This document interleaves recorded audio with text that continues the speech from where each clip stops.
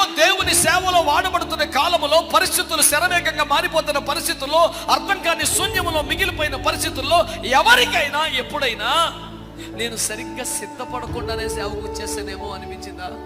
నేను ఇంకొంతకాలం కనిపెట్టిన తర్వాత సేవకుడిగా మారాల్సింది ముందే కంగారుపడి వచ్చేసాను అనిపించిందా? నేను ఇంకొంతకాలం ఆగి ఉండాల్సిందేమో, నేను ఇంకొంతకాలం కనిపెట్టాల్సిందేమో, ఇంకొంతకాలం నేను ఆ ప్రార్థనలో మ్రక్కాల్సి ఉండిందేమో, కంగారుపడి వచ్చేసాను.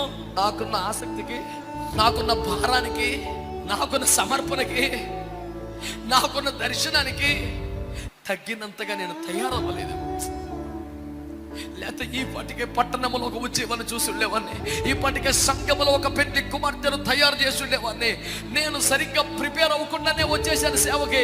ఇంకొంచెం కనిపెట్టాల్సింది, ఇంకొంచెం సిద్ధపడాల్సింది, ఇంకొంచెం తయారవ్వాల్సింది అని మీలో ఎవరికైనా ఎప్పుడైనా అనిపించిందా?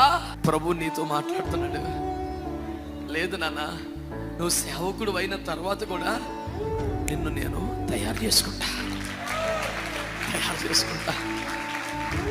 తన దూతలను వాయువుగాను, తన సేవకులను అగ్ని జ్వాలలుగాను తయారు చేయ. నాకు పిచ్చి పిచ్చిగా నచ్చేసిన మాట, God who makes his servants as flames of fire. దేవునికి స్తోత్రం చెప్పండి గట్టిగా, అందరూ చెప్పండి గట్టిగా. నువ్వు సేవకుడమైంది యాక్సిడెంటల్గా కాదు, నువ్వు సేవలోకి వచ్చింది నీ ఇంట్రెస్ట్ని బట్టి కాదు. నువ్వు అనుకున్నావు త్వరపడ్డానని, నువ్వు అనుకున్నావు ఏదో అనుకున్నావు, కానీ దేవుని చిత్తమును బట్టి, దేవుని ఏర్పాటును బట్టి, దేవుని పిలుపును బట్టి, దేవుని నడిపింపును బట్టి దేవుడు తానే అన్యజనులను రక్షించుకున్నాడు, ఏర్పాటులోకి తీసుకొచ్చుకున్నాడు, సమర్పణలోకి తెచ్చుకున్నాడు. మహిమ గల సేవకు అభిషేకించుకున్నాడు. అభిషేకం అయితే అయిపోయింది, కానీ పెద్దగా గుర్తింపదగిన కార్యాలు ఏమీ జరగట్లేదే.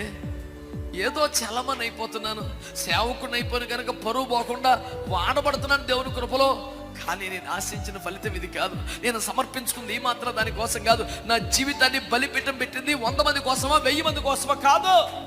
జనములకు తండ్రి అని దేవుడు పిలిస్తే వచ్చానే, వేలకు ఆశీర్వాదకరం చెప్తే వచ్చానే.